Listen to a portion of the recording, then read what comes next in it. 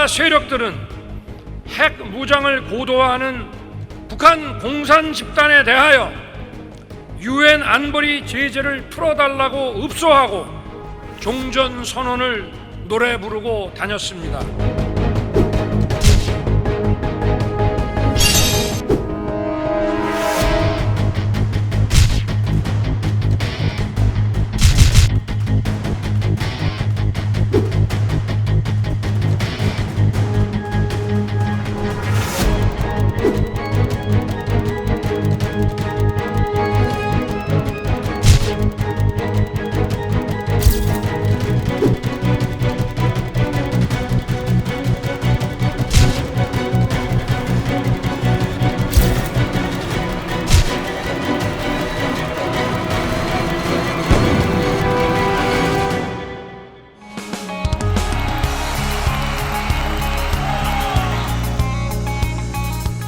민주당으로 가보면 일단 아까 문재인 대통령이 어제 한마디 했습니다만 다시 말씀드린 대로 이렇게 크게 뭔가 여파가 없이 어떻게 보면 좀 지나갔고 이낙연 전 대표가 돌아와서 상당히 좀 목청을 높이고 있는 상황에서 추미애 전 장관도 뭔가 에피소드를 만들고 있는 이낙연 전 대표는 너무나 예상대로다. 진짜 일주일 동안 네. 뭐 했는지 잘 모르겠어요. 그러니까 뭐 이게 김대중 전 대통령 묘역 참배 이건 말 그대로 뭐 현충원이랑 여기는 성묘의 느낌인 거고 그 외에 의미 있는 행보를 못 하고 있다. 그러니까 이재명 대표한테 힘을 싣지도 못하고 완전히 각을 세우지도 못하고 제가 생각할 때 이건 뭐 물론 제 뇌피셜입니다. 이낙연 전 대표는 총리 지낸 분이고 도지사도 했고 그렇죠. 언론사 도쿄 특파원도 했고 예전에는 워싱턴 특파원보다 오히려 도쿄 특파원이 더 센 적도 있었어요. 우리가 일본에서 여러 가지를 배우고 또 문화적으로도 가깝고 거리도 가깝기 때문에 후쿠시마 지금 이 부분에 대해 가지고 지금 민주당의 주류하고는 생각이 조금 다를 거예요. 제 느낌에는. 근데 차마 입 밖에 꺼내는 순간 작살이 날까봐 전선이 다른 데로 옮겨가겠죠. 못하고 있는 거로. 그러니까 이게 좀 끝나면은 내가 움직이겠다라고 생각한다면 언제 끝날 줄 알아요. 근데 이낙연이란 분이 조금 조명을 받을 줄 아는데 송영길, 추미애 이분들이 그리고 공통적으로 한 이야기가 송영길 전 대표 뭐 좌충우돌을 하면서 한 이야기가 문 대통령한테 지금 책이나 팔고 있을 때냐. 되게 센 이야기죠.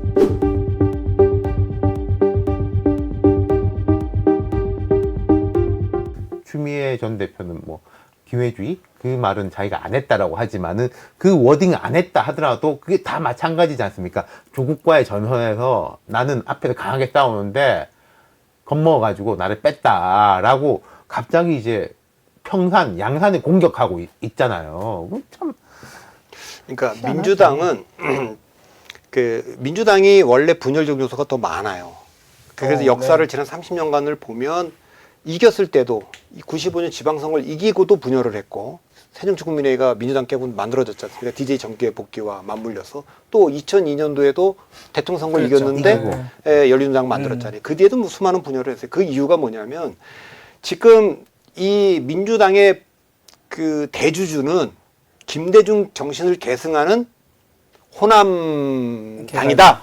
이렇게 생각하는 분들이 여전히 있어요. 나이는 좀 연세는 좀 있겠지만 이게 이낙연 대표가 그걸 상징적으로 보여준 거 아닙니까? 귀국해서 난 김대중 묘역에 가서 난 김대중 정신을 계승하는 사람이다. 이 얘기를 분명히 해서 이거 이제 한 축이죠. 오래전부터 노무현 문재인처럼 그 호남도 기득권이다. 그래서 민주당의 주류 교체가 돼야 된다. 그 PK로 와야 된다. 이게 노무현의 꿈이고 문재인의 꿈이고 그래서 실제로 이 PK 중심으로 또 우리가 이제 중심이다라고 하는 게 있죠.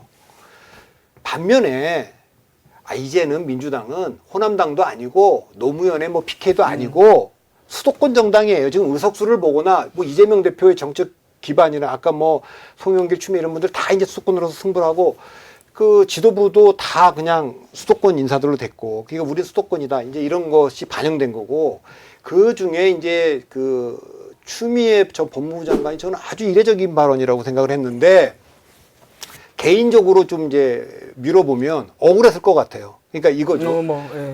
민주당 지지층들 사이에서 도대체 윤석열 대통령을 만든 사람은 누구냐 이 얘기를 나오면 다들 조국 추미애가 만들었지. 그러다가 조국보다도 추미애가 만들었지. 보수 일각에서는 다 그렇게 얘기하는 거 아닙니까?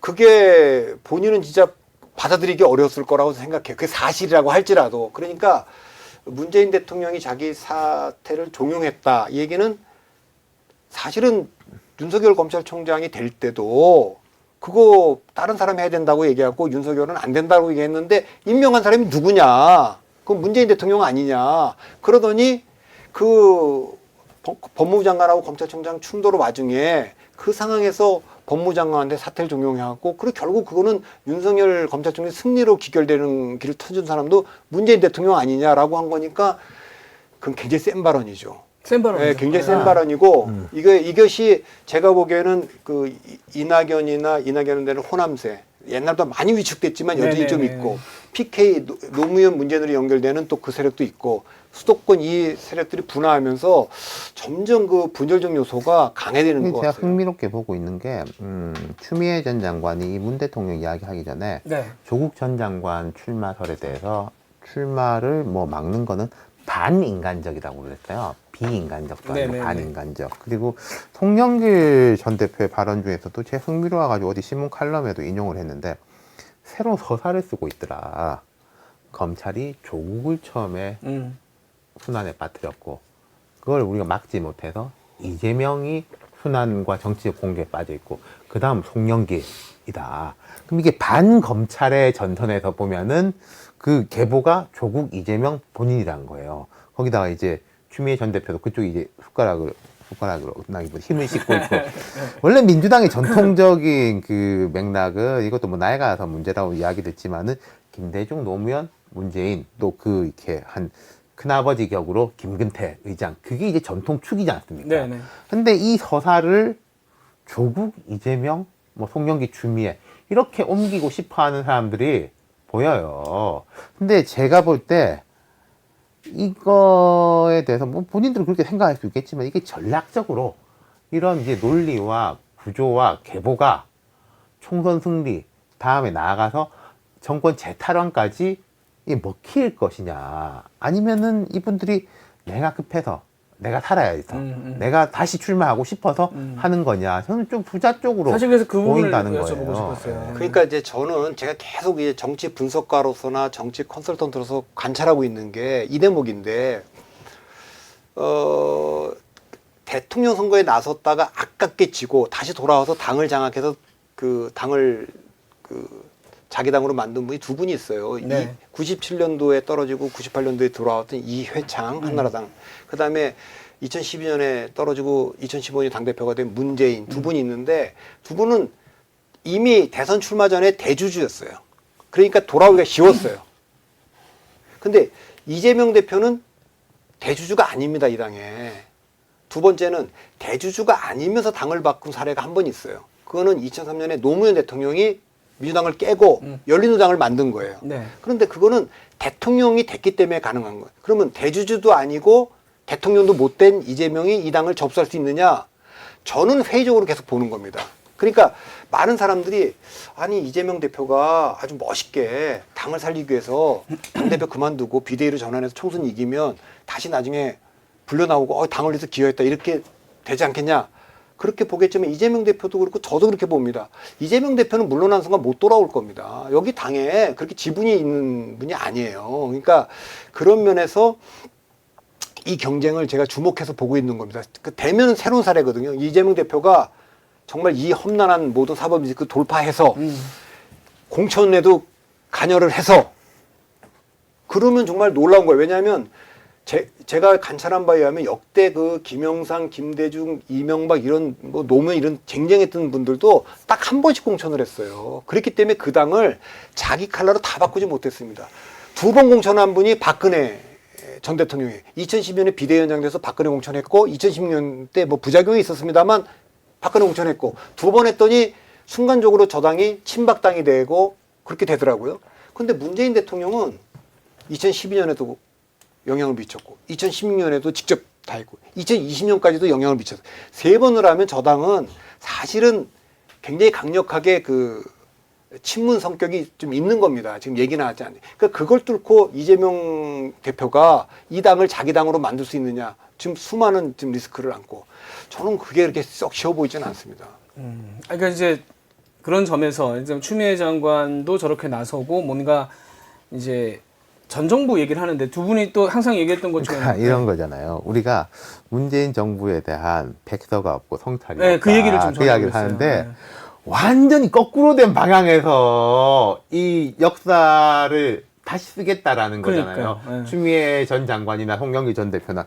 그러니까 이 지금 민주당을 보면은 자 김대중 노무현 문재인의 족보, 김근태 큰아버지의 족보, 이 586 기득권. 그럼 자 우리가 아름다운 역사, 멋있는 역사가 있지만 이걸 계속 얽매여가지고 기득권화가 됐으니까 좋은 건 계승하되 혁신하자. 뭐 이게 이제 큰 방향인 거잖아요. 여기서 이제 친명계도 어쨌든 그 이야기는 하는 네. 거잖아요. 친명 비명이 이제 갈라져 있지만은 큰 방향 그건데 이걸 완전히 거꾸로 해가지고 그 역사는 부족했다. 왜 부족하냐? 검찰하고 더 강하게 싸우지 못했기 때문에 부족했다.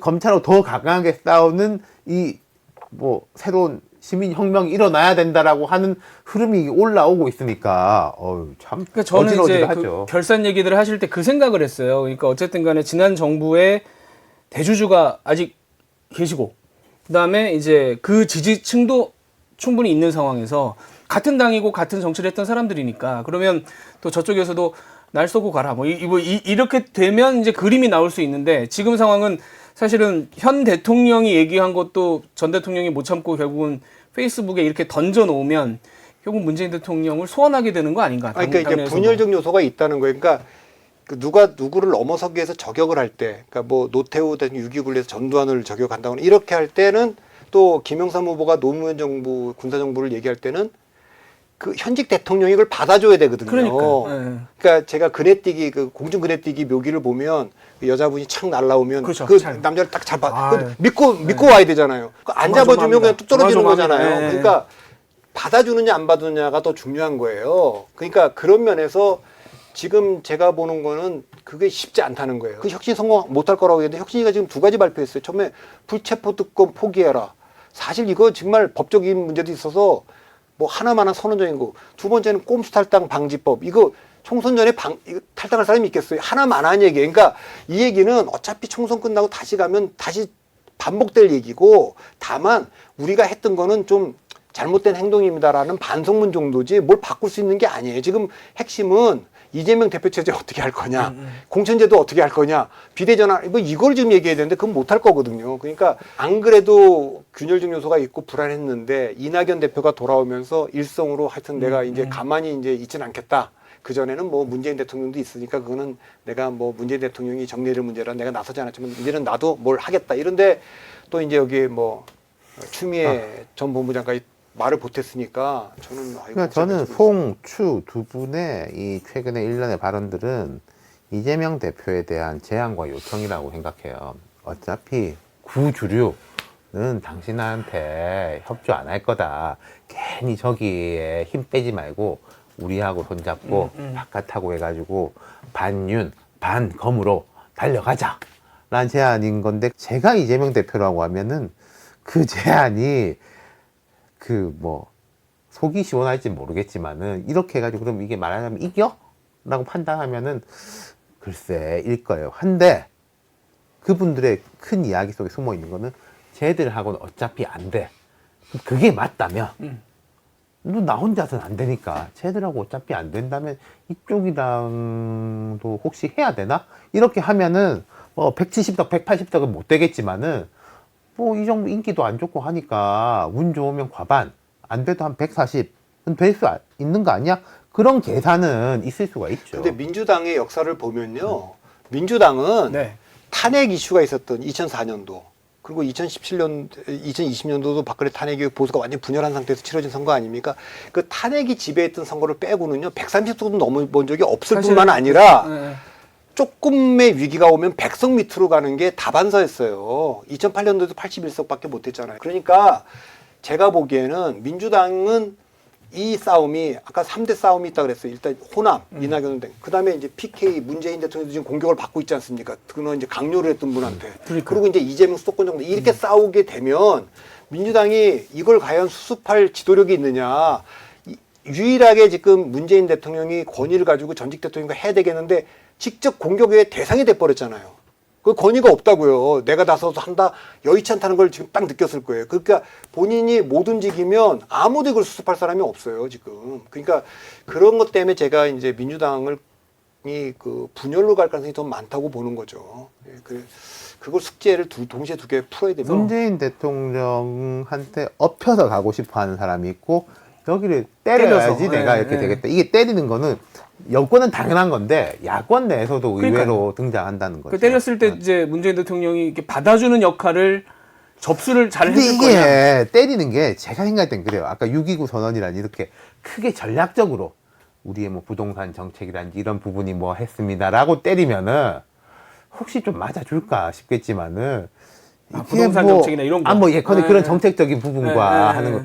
근데 이게 뭐 내가 사표 안 냈는데 사표이고 뭐 윤석열 책임은 나보다 당신이고 그걸 맞아주는 거는 좀 이상하잖아요. 그러니까 저도 점점 가면 갈수록 자꾸 이제 문재인 전 대통령이 안 그래도 좀 옆에서도 그렇고 같이 하시죠, 나와주시죠 이러는 사람들이 있을 건데 점점 더 끌어내는 거 아닌가라는 생각이 좀 들면서. 그래서 이낙연 대표가 이제 돌아왔는데 총선 이후에 경선 레이스, 대선 레이스는 뛸 수 있겠지만 총선 전에 역할은 못 한다고 봅니다. 그러니까 이낙연 대표가 뭐 역할을 맡으면 그거는 그냥 그 자체로 민주당의 분열일 거라고 봐요. 왜냐하면 친명 입장에서 보면 대장동 이슈의 출발점은 이낙연이라고 생각하고 있거든요. 사실 여부를 떠나서 그렇죠. 이제 그렇게 되기 때문에 역할을 못 할 거고 다 지금 교착 상태입니다. 그래서 이재명계도 또 호남계도 또 부산계까지 다 동의할 수 있는 비대위.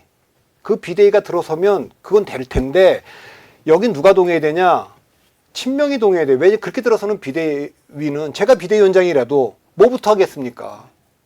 공천 관련해서 굉장히 가감하게 할 거예요. 그거는 이제 친명계가 상당히 날아갈 수밖에 없는데 이것을 동의를 해줄 여부는 결국 이재명 대표가 하는 수밖에 없거든요. 그게 되면 저는 뭐 총선에서 민주당이 저는 굉장히 그 전망이 밝아지고 그렇게 되면 호떡집에 불 난 듯이 국민의힘도 난리가 날 거예요. 다시 다 뭐 규합하고 뭐 지금 대통령도 그렇고 메시지가 중도지향적으로 다 바뀌고 뭐 그렇게 되겠죠. 근데 그렇게 될 가능성도 저는 꽤 있다고 봅니다. 지금 이제 부정적 균형이고 서로 너만 믿는다인데 한쪽이 먼저 배신한다면 기대를 이 배신이라는 거는 이게 좋은 쪽으로 그렇죠, 간다면 그렇죠. 뭐 다른 쪽도 갈 수밖에 없는 그 쇼트트랙 같은 거 할 때 보면 그 이렇게 긴 레이스 할 때 보면 천천히 걸어가서 천천히들 같이 돌 때가 있잖아요. 같이 오면. 그러다 그렇죠, 갑자기 어느 순간 확 나가면 갑자기 쫙 붙잖아요. 그렇게 될 순간이 오죠. 자, 오늘 스토브릭은 여기까지고요. 오늘 이 프로그램의 알파와 오메가인 이 두 분은 그대로 계신데 저만 먼저 자리를 떠나게 됐습니다. 그래서 다음 주부터는 저희 주말 8시 뉴스를 맡고 있는 정유미 앵커가 이 자리에서 여러분들을 만나게 되겠습니다. 앞으로도 스토브릭은 많이 봐주시고요. 특히 두 분의 이 지혜는 가면 갈수록 더 빛을 발할 거니까요. 이제 본 게임 들어가기 전까지 함께 스토브릭을 즐겨주시기 바라겠습니다. 자, 스토브릭 오늘 방송 여기서 마치겠습니다. 감사합니다.